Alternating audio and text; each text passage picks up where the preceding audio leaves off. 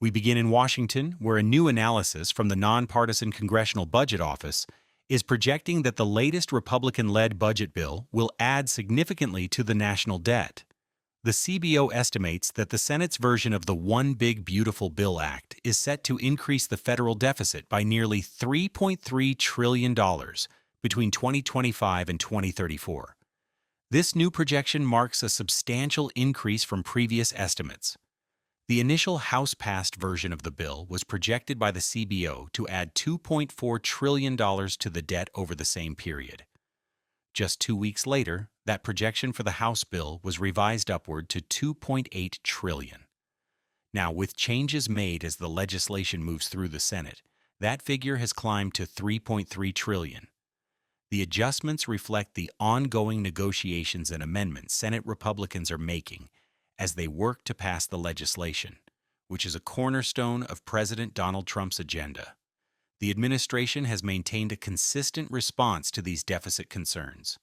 The White House suggests that the tax cuts included in the bill will stimulate enough economic growth to generate new tax revenue, effectively offsetting the increases to the deficit.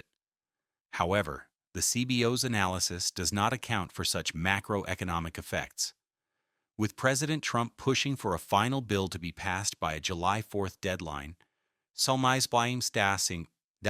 the pressure is mounting on Capitol Hill to reconcile the bill's ambitious goals with its considerable fiscal impact. The intense debate over that very spending package is creating significant ripples within the Republican Party, contributing to a major announcement from a prominent senator. North Carolina Republican Thom Tillis announced on Sunday that he will not seek re-election when his term ends in 2026. The decision comes shortly after former President Donald Trump warned he might support a primary challenger against Tillis, following the senator's indication that he would not support the current GOP spending bill. In a lengthy statement explaining his departure, Senator Tillis lamented the current political climate in Washington. He stated, quote, "It's become increasingly evident that leaders who are willing to embrace bipartisanship, compromise, and demonstrate independent thinking are becoming an endangered species." He also noted that many colleagues had joked about his lack of excitement for another term, confirming it was true. He framed his decision as a choice between, in his words, spending another 6 years navigating the political theater and partisan gridlock in Washington, or spending that time with the love of my life, Susan, our 2 children, 3 beautiful grandchildren, and the rest of our extended family back home. He concluded, "It's not a hard choice."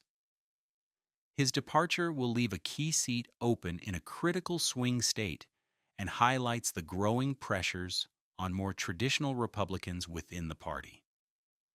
While the administration grapples with its legislative agenda on Capitol Hill, it is also floating new approaches to another key policy area: immigration.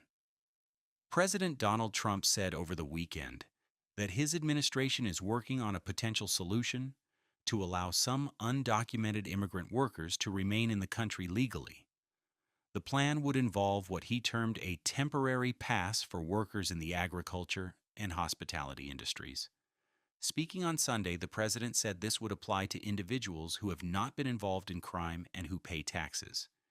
He framed the issue as a balancing act, acknowledging his reputation as, quote, "the strongest immigration guy that there's ever been," while also wanting to be the strongest farmers and hotels guy. The president specifically noted that he cherishes the nation's farmers, who have expressed concerns about labor shortages. He pointed out that some of the farm workers currently facing deportation have been in their roles for 15 to 20 years, describing them as good people who may have entered the country incorrectly. The proposal suggests a potential pathway where farmers and business owners could be in charge of retaining these essential workers, representing a notable shift in tone aimed at addressing labor needs in critical sectors of the economy. Turning now to education policy, a specific segment of the nation's school system is receiving a significant financial boost from the federal government. Charter schools across Charter schools across the country are the beneficiary of a $60 million funding increase from the Department of Education. This new infusion of cash brings the total federal support for these taxpayer-funded alternatives to traditional public schools to a $500 million ahead of the 2025-2026 academic year. The funding increase is particularly noteworthy as it comes from a Department of Education whose overall budget has otherwise been shrinking. Education Secretary Linda McMahon defended the decision as a wise investment during recent testimony before the Senate Appropriations Committee.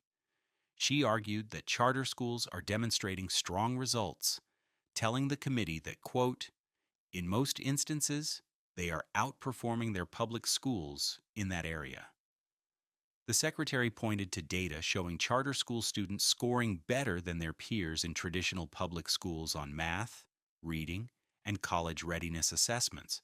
However, the funding debate remains complex. Despite this new boost, supporters note that on average,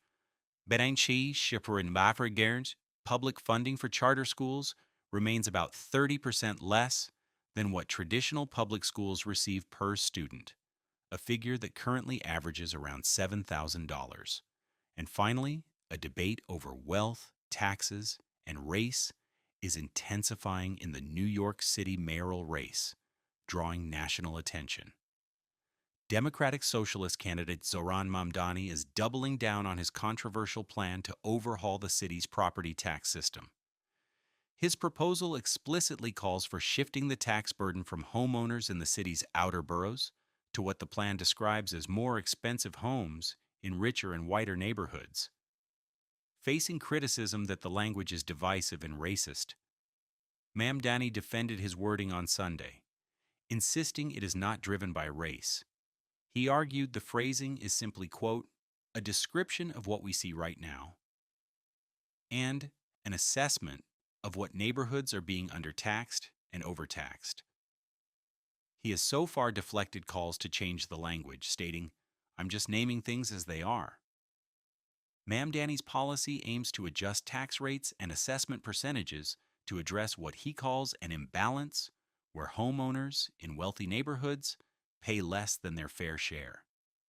Beyond taxes, Mamdani also reiterated his broader economic philosophy, stating unequivocally that he believes billionaires should not exist. I don't think that we should have billionaires, frankly, he said, calling it so much money in a moment of such inequality. This stance is particularly pointed in his campaign for mayor of New York, a city that is home to more billionaires than any other in the world.